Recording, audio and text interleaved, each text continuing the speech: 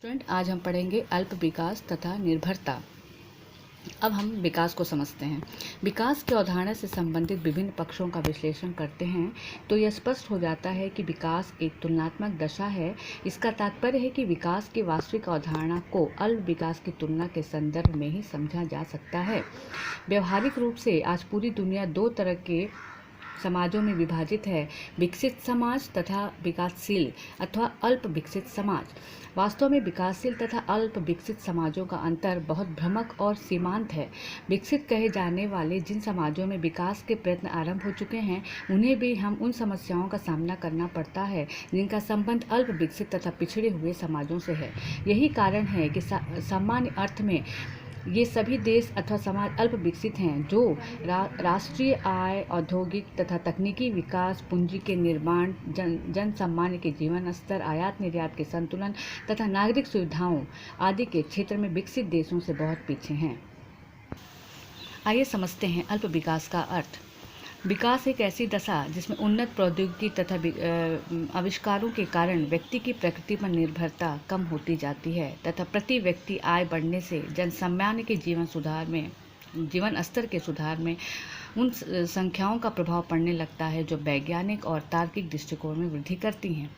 इसके विपरीत अल्प विकास वह दशा है जिसके अंतर्गत अनेक आंतरिक तथा बाह्य दबावों के कारण देश के पास इतनी पूंजी तथा उन्नत प्रौद्योगिकी नहीं होती जिसकी सहायता से सामान्य नागरिकों के जीवन में वांछित परिवर्तन लाया जा सके तथा विकसित देशों पर अपनी निर्भरता समाप्त किया जा सके। अब आइए देखते हैं अल्प विकसित समाजों की विशेषताएं।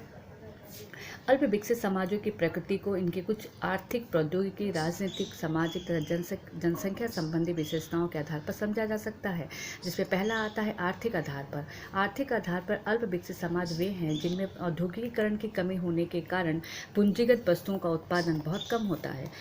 उन्हीं उद्योगों पर लोगों की निर्भरता बनी रहती है जिनकी स्थापना उपयोग की वस्तुओं के निर्माण के लिए की जाती है। इसके फलस्वरूप इन समाजों में प्रति व्यक्ति आय सामान्य स्तर से काफ़ी कम होती है। देश की जनसंख्या का एक बड़ा भूभाग कृषि उत्पादन पर निर्भर होने के बाद भी इतना उत्पादन नहीं कर पाता जिससे देश की कृषि के क्षेत्र में आत्मनिर्भर बनाया जा सके।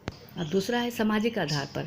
अल्प विकसित समाज की सामाजिक संरचना परंपरागत होने के कारण अक्सर एक असमानताकारी व्यवस्था को प्रोत्साहन मिलने लगता है।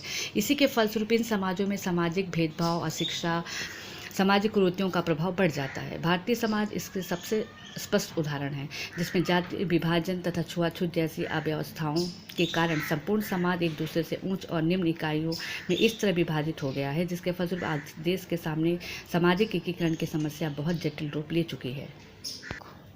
अब तीसरा आता है राजनीतिक आधार पर। राजनीतिक आधार पर अल्प विकसित समाजों को अनेक लेखकों ने कमजोर राष्ट्र के रूप में स्पष्ट किया है। यह कमजोरी राजनीतिक संरचना से लेकर राजनीतिक दलों के मानसिकता तथा कार्यविधि तक में देखने को मिलती है। इसका कारण एक ऐसी सिद्धांतहीन राजनीति से है जो व्यक्ति के विवादों से अधिक संबंधित रखती है, जबकि संरचनात्मक कार्यों के प्रति राजनीतिक दलों के बीच किसी तरह का एकमत देखने को नहीं मिलता। और अंतिम है जनसंख्यात्मक आधार पर। अल्प विकसित समाज वे होते हैं जिसमें साधारणतः जनसंख्या की अधिकता एक प्रमुख समस्या है। अधिक जनसंख्या से जब सभी लोगों को स्वास्थ्य, आवास और शिक्षा की समुचित सुविधा नहीं मिल पाती तो जन्म और मृत्यु दर बढ़ने लगती है। इसका परिणाम उत्पादन जनसंख्या में होने वाली कमी के रूप में देखने को मिलता है। अधिकांश अल्प विकसित देश समाजों में जनसंख्या का एक बड़ा हिस्सा ग्रामों में रहता है तथा स्थान परिवर्तन की कमी होने के कारण विशेषताओं का प्रसार नहीं हो पाता जो विकास के लिए आवश्यक है।